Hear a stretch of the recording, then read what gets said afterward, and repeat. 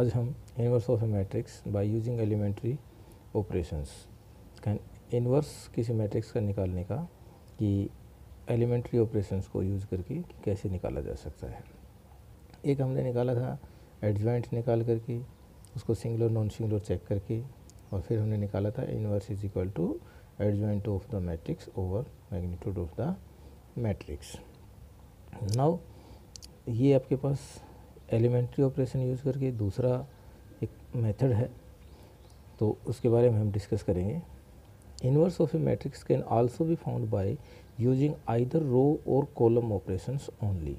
अब कहने का मतलब यहाँ पे क्या है कि जब आप इन्वर्स निकालोगे तो चाहे तो आप उसके अंदर रो, सारे क्वेश्चंस के अंदर रो की ऑपरेशन लगाइए या सारे क्वेश्चंस के अंदर कॉलम्स की ऑपरेशन लगाइए। ये नहीं है कि दोनों के अंदर आप उसको मिक्स कर देंगे। और वो ऑपरेशंस जो मैंने आपको बताई थी पहले, आप उनका यूज़ इसके अंदर कर सकते हैं। लेकिन एक ही क्वेश्चन के अंदर कॉलम और रो दोनों ऑपरेशन आप नहीं यूज़ कर सकते, नहीं करेंगे।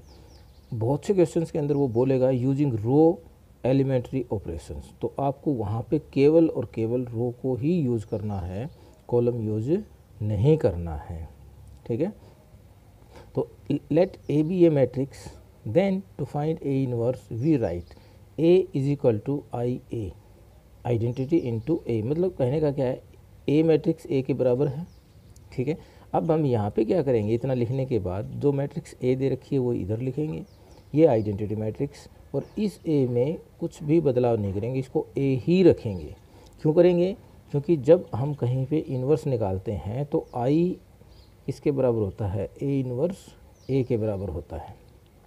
ठीक है, तो अब हम चाहते हैं कि यहाँ पे हम क्या बना दें, आइडेंटिटी मैट्रिक्स बना दें।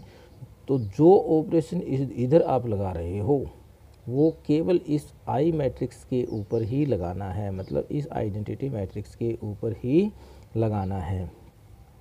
ठीक है, और दूसरी जो ए है इसको आप कुछ भी नहीं करेंगे, इसके अंदर आपने कोई भी बदलाव नहीं करना है।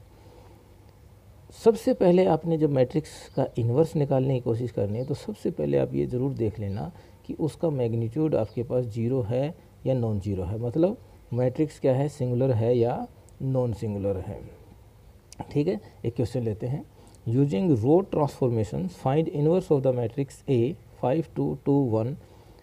तो इसके लिए हमने क्या बताया, अभी फॉर्मूला क्या बताया था कि ए इज इक्वल टू आई ए। अब हमने क्या किया, ए इज इक्वल टू आई ए में मुझे यहाँ पे 1 बनाना है और यहाँ पे मेरे पास ऑलरेडी 1 है ही। तो मैंने क्या किया कि R1 में चेंज किया कि R1 में से ट्वाइस ऑफ R2 मैंने सब्ट्रैक्ट कर दिया। तो R1 में चेंज किया है तो R2 में तो कोई फ़र्क पड़ने नहीं है। तो R1 में क्या आया, 5 माइनस 2 टाइम्स ऑफ 2, 5 माइनस 4 क्या आ गया, 1। ये क्या है 1 और ये क्या है 2। तो R2 2 में से इसको अगर सब्ट्रैक्ट किया तो ट्वाइस ऑफ 1 का कितना आया 2, तो 2 माइनस 2 क्या हो गया 0। तो सेम ऑपरेशन से आपने इस आई में चेंज करना था, इस करना है। तो 1 माइनस ट्वाइस ऑफ 0 0, तो 1 माइनस 0 इज इक्वल टू 1, और 0 माइनस ट्वाइस ऑफ 1 तो माइनस 2। R2 में हमने कोई चेंज करना नहीं था, कोई ऑपरेशन लगाया नहीं था, तो R2 एज इट इज़ रह जाएगी।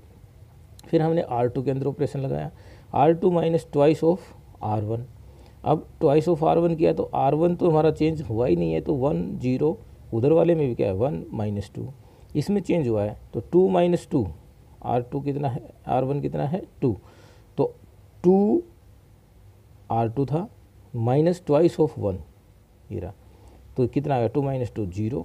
ये कितना बच गया आपके पास 1, क्योंकि ऊपर R1 में क्या है 0। तो इधर आपके पास क्या बचेगा, 0 minus twice of 1 minus 2, 1 minus twice of minus 2 plus का 4, तो कितना हो गया 5। तो ए इनवर्स आपके पास क्या आ जाएगा, A inverse is equal to 1 minus 2 minus 2 5। तो ये हम 2x2 मैट्रिक्स के लिए भी और 3x3 के लिए भी इसी प्रोसेस को फॉलो करेंगे। नाउ आगे आता है आपके पास solution of systems of linear equations using inverse of a matrix. कि आपके पास कुछ सिस्टम दिया होगा, कोई सिस्टम दिया होगा जिसके अंदर आपके पास 3 वेरिएबल होंगे, तो जैसे a1x plus b1y plus c1z is equal to d1, a2x plus b2y plus c2z is equal to d2, a3x plus b3y plus c3z is equal to d3।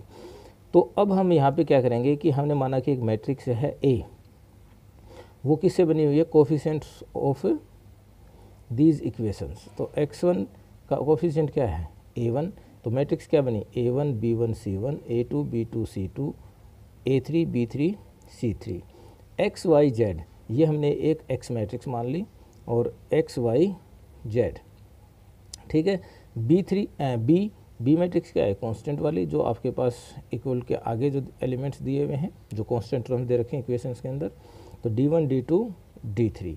अब ये आपके पास किस टाइप से है, ax is equal to b, ठीक है। जब आप इसकी और a की और x की प्रोडक्ट करोगे तो आपको ये इक्वेशंस मिलेंगी, और ये किसके बराबर है, d के बराबर है। You have to find the value of x y and z। तो आपको यहाँ पे क्या चाहिए, a इनवर्स चाहिए, ठीक है। तो सबसे पहले a इनवर्स चाहिए, तो सबसे पहले हमने क्या देखना है कि मैट्रिक्स सिंगुलर है या नॉन सिंगुलर है। तो इसके लिए आपको क्या करना पड़ेगा, सिस्टम ऑफ इक्वेशंस। हमने क्या देखा कि if magnitude of matrix A और you can say determinant of matrix A is not equal to 0, the system is consistent. System क्या होगा, कंसिस्टेंट होगा, और सॉल्यूशन उसका क्या होगा, एक ही सॉल्यूशन होगा, मतलब A इनवर्स एग्जिस्ट हो जाएगा।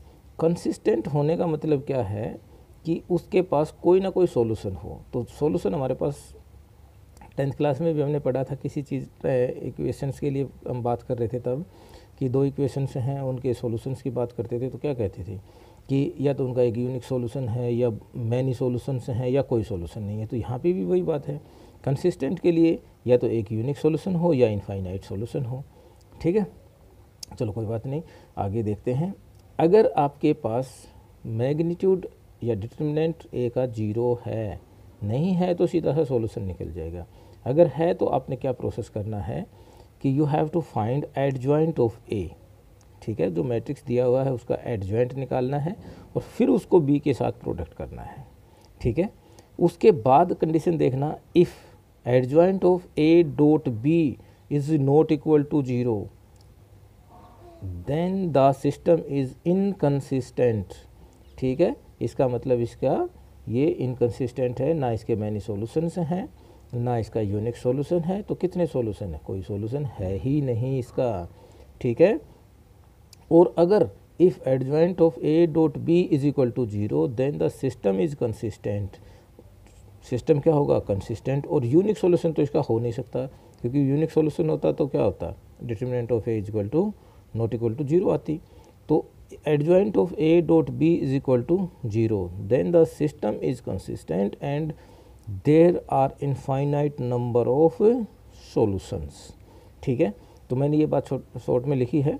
कंसिस्टेंट का मतलब क्या है, आइदर यूनिक सॉल्यूशन हो और इनफाइनाइट सॉल्यूशन हो। If system have infinite number of solution that it is dependent. कहीं कहीं पे ये पूछ लेता है कि ये डिपेंडेंट है या नहीं है। तो सिस्टम के पास अगर इनफाइनाइट नंबर ऑफ सॉल्यूशन है then it is dependent. Thank you students.